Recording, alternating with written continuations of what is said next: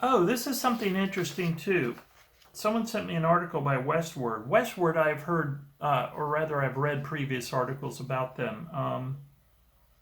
Westward is a very good publication, and they've published numerous articles on Forrest Fenn. That's Westword. Kind of clever name for a online magazine that talks about things out west. Westward. And they basically say here, like, Fenn has not responded to Westward's repeated inquiries. This article was from, I believe, latter June, after the fine was announced. Fenn has not responded to repeated inquiries about the treasure or when he intends to give us details to substantiate his claims. The June 6th announcement of the fine was virtually evidence-free, lacking any information about where, when, and how the booty was discovered, much less by whom. And of course, we know now that since then we did have the photos come out, and then the word that it's out, the word that it was found in Wyoming. A lot of people do not believe it's found in Wyoming. They're telling me they think that's. I mean, bottom line, folks, the bottom line is a lot of people just think this whole thing's a bunch of BS. The find, I mean. They think the story Fenn is telling is a BS. They think the state that it was announced it was in is BS. They think he's saying that to throw us off. The only thing I think we can agree on, or seems to be agreed on from what I'm hearing from people, is that the treasure was found. He did show those photos. People that seem to know what they're talking about assure me that the headset that he was wearing is a modern headset, whether it was earbuds or it was a hearing aid or whatever it was. People have apparently looked at it and said they know for a fact. I'm not going to argue with them. The bracelet in the photos does look tarnished. The chest looks, I don't know. The chest does look like it was probably sitting outside, I guess. I don't know. That one's kind of hard to tell, but you can see things have kind of become discolored and stuff. There is a guy out there that thinks the chest photo was manipulated, as he likes to put it, digitally manipulated, rather than photoshopped, because apparently Fenn, in the past, people have specifically said about other photos, have you photoshopped this? And Fenn quite intelligently would say, no, I have not photoshopped it. And we know Fenn with words. And this guy said, yeah, you got to ask him something broader, like have you manipulated the photos digitally? Don't give him a word like Photoshop, because if he didn't use Photoshop or a specific editing tool, he gets away with using his gameplay, his wordplay, I should say, his wordplay.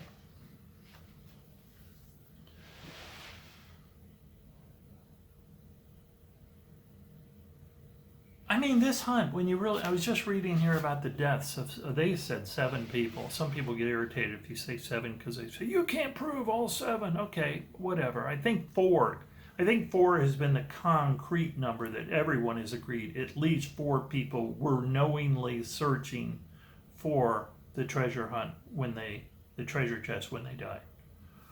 Even 4. And you know, someone else that I was talking to, they made a very good observation. But this is purely their opinion, and they said, you know, I personally, wouldn't you think, if the only reason for Forrest Fenn was to, as Tony DeCoppel said, for the twinkly-eyed granddad that wants to see the kids get off those computers and get out west and get out in the outdoors and enjoy the outdoors, if that was the only reason that treasure chest was out there, this person said, if he had done it sincerely for that reason, he would have stopped the chase after the first person died. And at first I was kind of, you know, as I sometimes do, I kind of reacted like, well, I don't think. And then I thought, well, wait a minute. If in fact that is the only, if the reason isn't to sell books, And you know, Forrest has told us where the money for the books went. The first book, the money went to his trust funds for the grandchildren. That's fine. Some went to cancer research. I think for Too Far to Walk, it supposedly went to the Collected Works bookstore. That's fine. Then the third one, who even knows? There's plenty other books, and this was also pointed out to me. Anytime this treasure chest was, and this person made the same good point. They said all of his books probably sold a few more because of the chase going on while the chase was going on. I hadn't really thought of that. Yeah, that's true.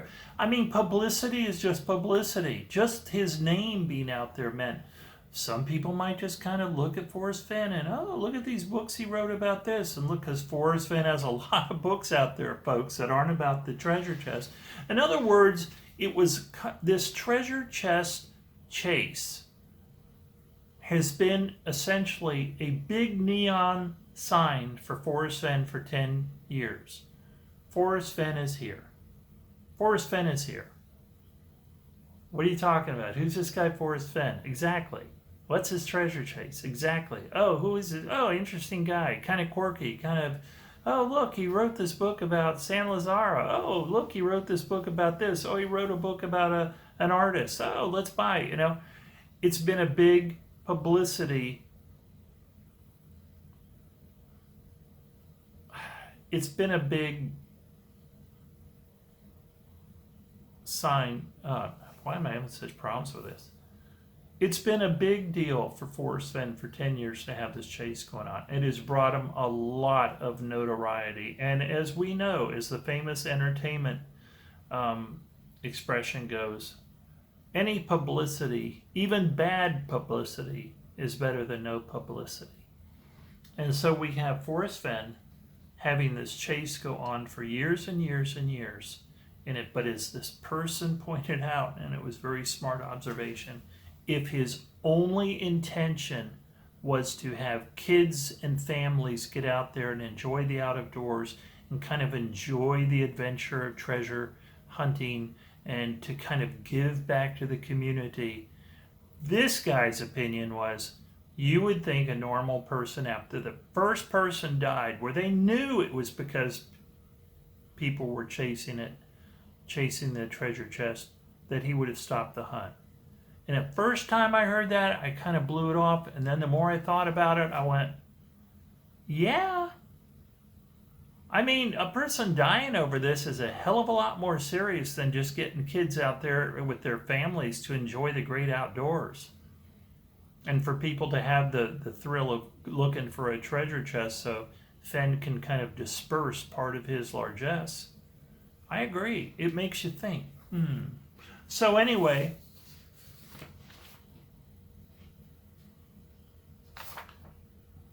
what are some of these theories? Aside from there was an actual legitimate find.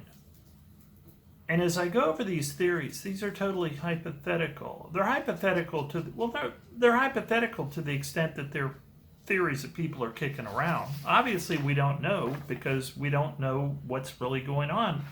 And the fact that we don't know what's going on is what is prompting so many people to communicate with me about what they think is going on, because nobody knows. So it was found by this guy who was like a ghost, who Fenn did not even say congratulations to the fun. Let me just say this. This is how I thought the Fenn chase was going to end. First of all, I was going to find it. I was going to find it in the Madison River Valley. And I was going to let everyone know who I was. And I was not going to tell them the location, but I was going to, we were going to have even though I've never been to a Fenn-Berea and met any of the people, I mean, I communicate with people on the phone or in emails or in text messages, but I never make any effort to go to the Fenn-Bereas and all that kind of stuff. But my thought, for me at least, was, and I kind of suspected other people would do it too, was there would be some sort of going away party for the end of the chase. That there would, be some kind of like a little, I imagine if I found it, I would be the one to pay for it. We'd have a little stage, you go up there and you sit around with some other people like Ben, and people ask some questions. Of course, we're not going to tell you location. Or if someone else found it, I kind of imagine this is what it would be like.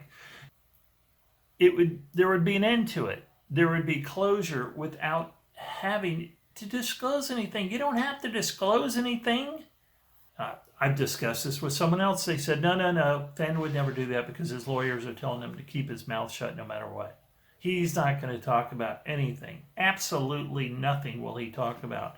What good would it do him to go do any kind of a going away party, going away interview, going away anything, because he might say something stupid, although Fenn's pretty clever.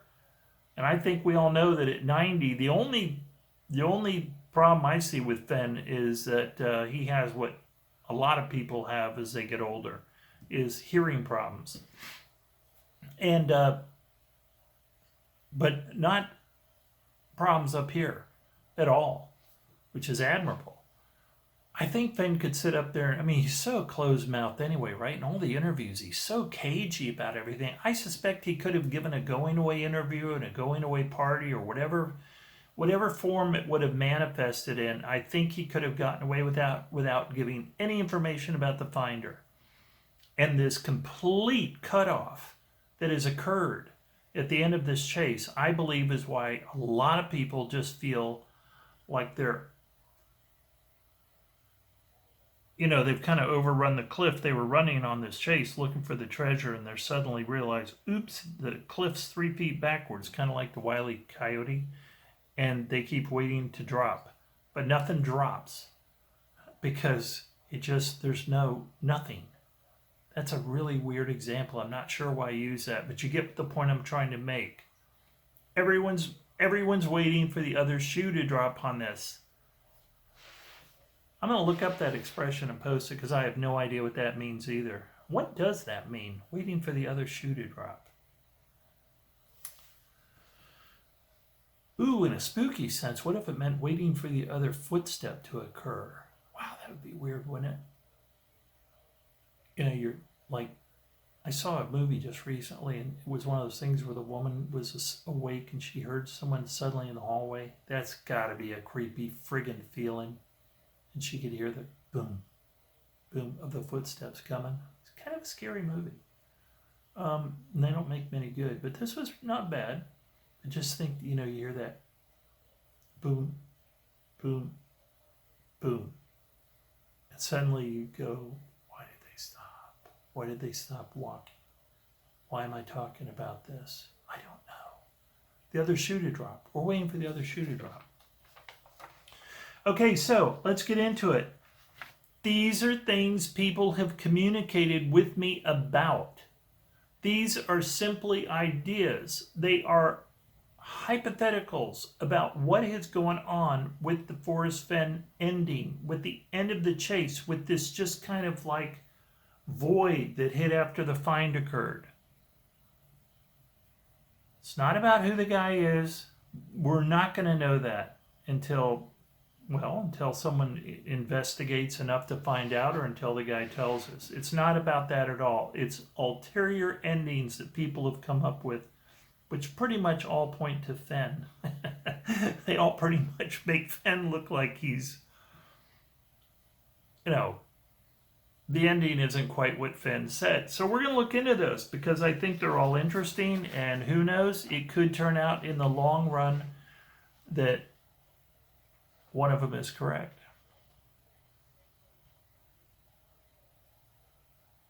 Part 3